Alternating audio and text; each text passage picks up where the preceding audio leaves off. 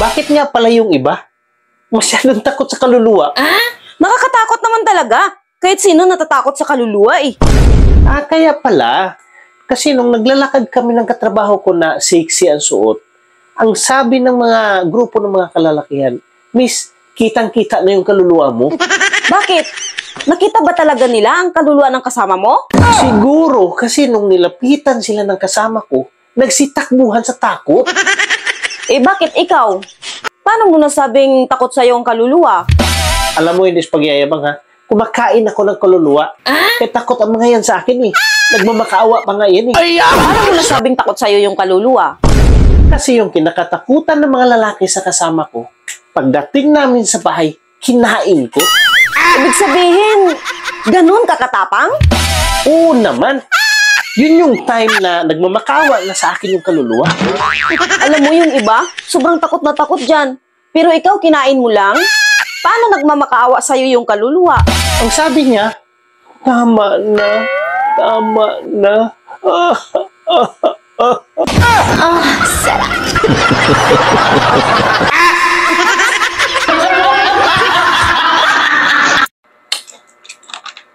Oh, ba't ngayon ka lang? Gabing-gabi na. Thanksgiving party kasi namin, kaya natagalan akong umuwi. Thanksgiving? Ano ba ibig sabihin yan? Year-end party. Tapos magbigayan kayo ng regalo sa isa't isa. At syempre, kailangan may regalo din ako. Wala naman akong nakita na may binili kang regalo ah. Hindi ko na kasi kailangang bilhin ang napili nilang iregalo ko. Pasalamat ka dahil wala kang ginastos. Napakaswerte ng Pasko mo ngayon. Tika, ano ba nangyari niyan? Bakit basang-basa?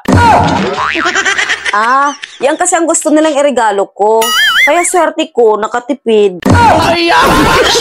Hindi ka man lang nagreklamo? Ano ka ba? Bawal magreklamo. Thanksgiving nga eh.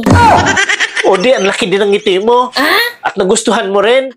Kahit hindi ko gusto, hindi pwedeng magreklamo. Kasi Thanksgiving. Ay, kung hindi mo talaga gusto at napilitan ka lang ibigay sa kanila kasi Thanksgiving, ano ang sinabi mo sa kanila pagkatapos ng lawayan yan o kung paglaruan yan kung ano pa kasi basang-basa eh.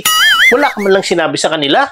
Meron akong sinabi sa kanila Ay, buti naman. Sigurado natauhan sila. So, ano sinabi mo? Thanksgiving party. Kaya ang sabi ko, thanks.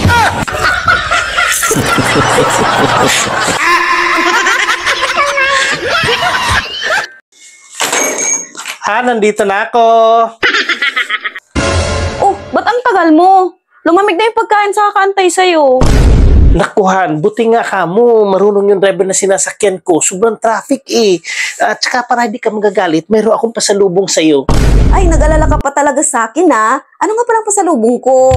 Ay, ito yung pasalubong ko sa'yo. Ano to? Ruluon yan siya para sa kilikili mo. Kasi Han, kahit na napakalakas ko na, pag once na itaas mo yung braso mo, talagang napapaatras pa rin ako. At saka mayroon pa akong pasalubong sa'yo, hindi lang yan, mayroon pa ito. Ano na naman to? Peach yan, Han, para hindi masyadong mangamoy. Sobrang mahal kasi kita. At saka mayroon pa nga, ito. Ang dami mong pinagbibili. Wala naman akong sinabi sa'yo na bilhan mo ko ng mga to. Saka ano na naman yung hawak mo? Hindi ko alaman kung ano to eh. Kasi ang sabi ko sa kanila, kung ano yung pampatanggal ng amoy panghi, ay ito yung binigay. Kasi kagabihan yung hinalikan ko, may pumasok na balahibo sa ilong ko. Medyo amoy panghi. Kaya nagtanong ako sa kanila kung ano yung gamot sa pampatanggal sa amoy panghi. Ito yung binigay. Ano nga yan? Silipin mo. Sandali ha. Muriatic acid. Muriatic acid. Siya po yung binilhan. Siya po yung...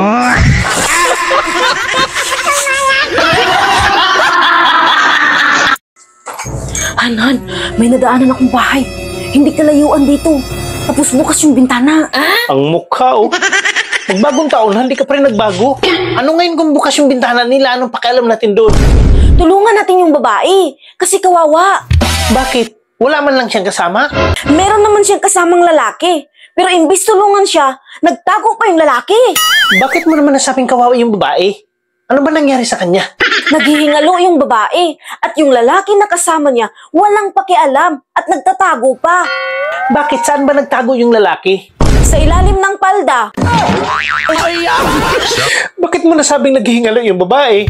Kasi Han, kitang-kita sa mukha niya, hirap na hirap. Bakit mo nasabing hirap na hirap yung babae? Ano bang mukha niya? Ganito ang mukha niya.